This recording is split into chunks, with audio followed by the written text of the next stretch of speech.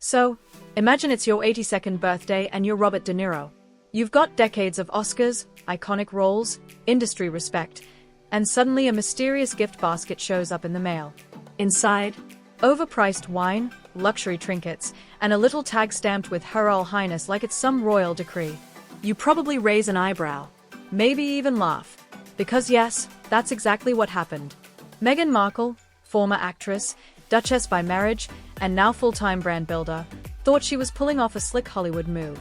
Instead, she got roasted. Meghan sent this HOH-labeled gift basket to De Niro, likely expecting him to gush over it, maybe post a thank you, maybe give her brand a boost. But Robert De Niro is not that guy.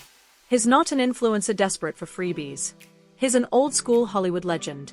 And the moment he saw what was inside, $90 homemade wine and $120 artisanal trinkets, he dismissed it outright. Not just dismissed it. He torched the stunt, basically saying, "I don't need this. I don't even want this." That wasn't just rejection. That was a kill shot.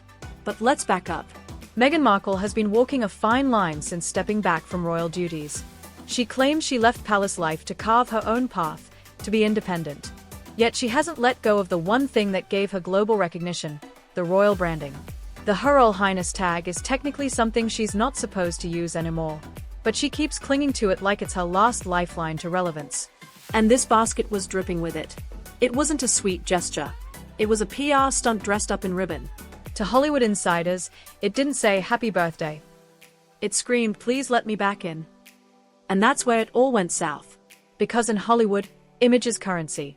Meghan thought aligning herself with De Niro, a universally respected actor, would prove she was still connected, still admired, still in the game. What she didn't count on was that De Niro doesn't play palace games. Instead of quietly ignoring it, he rejected it in a way that spread fast. Hollywood fast. Whisper network fast. Meme machine fast. What Meghan hoped would be a soft relaunch of her brand turned into a running joke. People called it a bribe in a basket. Even her homemade wine got dragged. Social media mocked the idea that someone who insists she's left royalty behind is still slapping Her Royal Highness on luxury items like it's a discount code. The basket didn't just flop. It exposed her.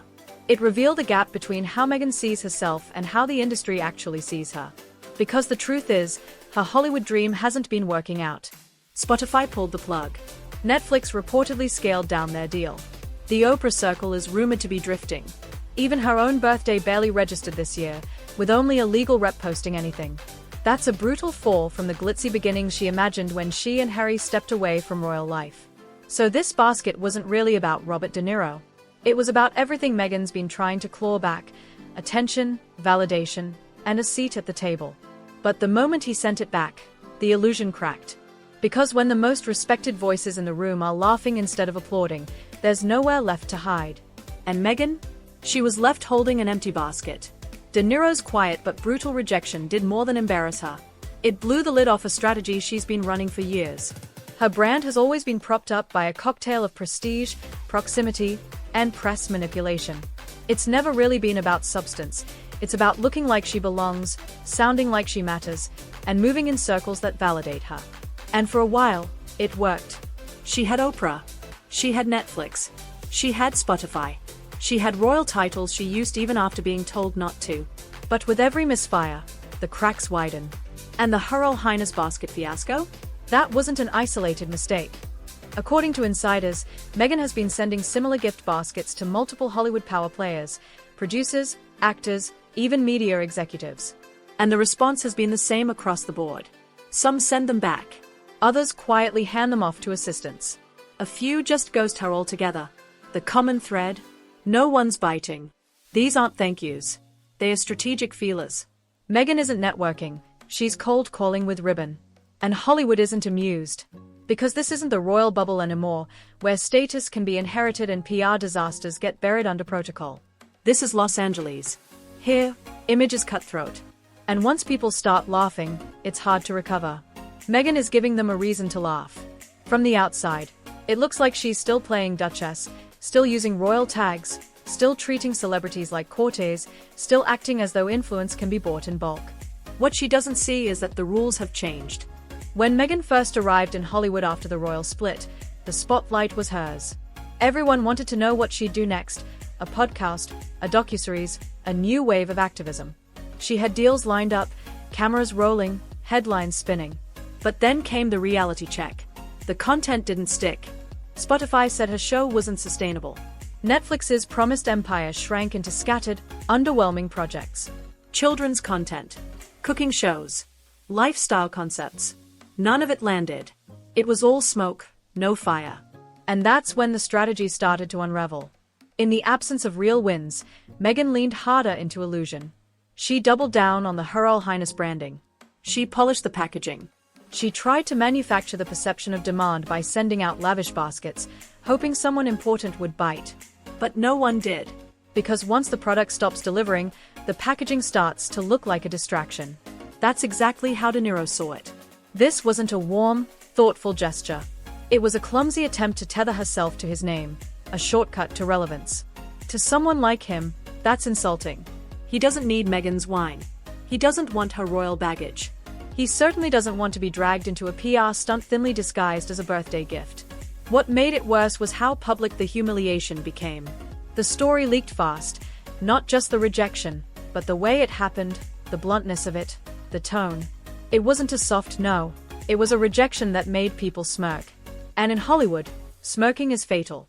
Suddenly, the Duchess wasn't just seen as disconnected. She was seen as desperate. And desperation has a scent. Celebrities started distancing themselves. No posts of support. No influencers defending her. Not even a polite thank you, but not for me. Just silence. Because in this world, being aligned with someone who looks like they are trying too hard is a liability. Meghan became radioactive, not because of one mistake, but because of the pattern. The missteps. The overreach. The empty flexing. And this time, the rejection couldn't be buried. It wasn't just a gift basket. It was a message. A message that said, "We see what you're trying to do, and it's not working." The silence that followed Robert De Niro's rejection wasn't awkward. It was chilling. No A-lister stepped forward. No friendly statement appeared. No public figure tried to soften the blow. Meghan Markle, who once sat beside Oprah and graced the cover of Time, was now met with the one thing that cuts deepest in Hollywood: indifference. And in this industry, once people stop talking, that's when the real damage begins. The basket came with a handwritten note, dripping with the unmistakable flair of someone who still sees herself as royal. Assistants laughed. Executives rolled their eyes. People who once might have welcomed her name attached to a cause or campaign now viewed it as a red flag. Because this wasn't just about branding anymore.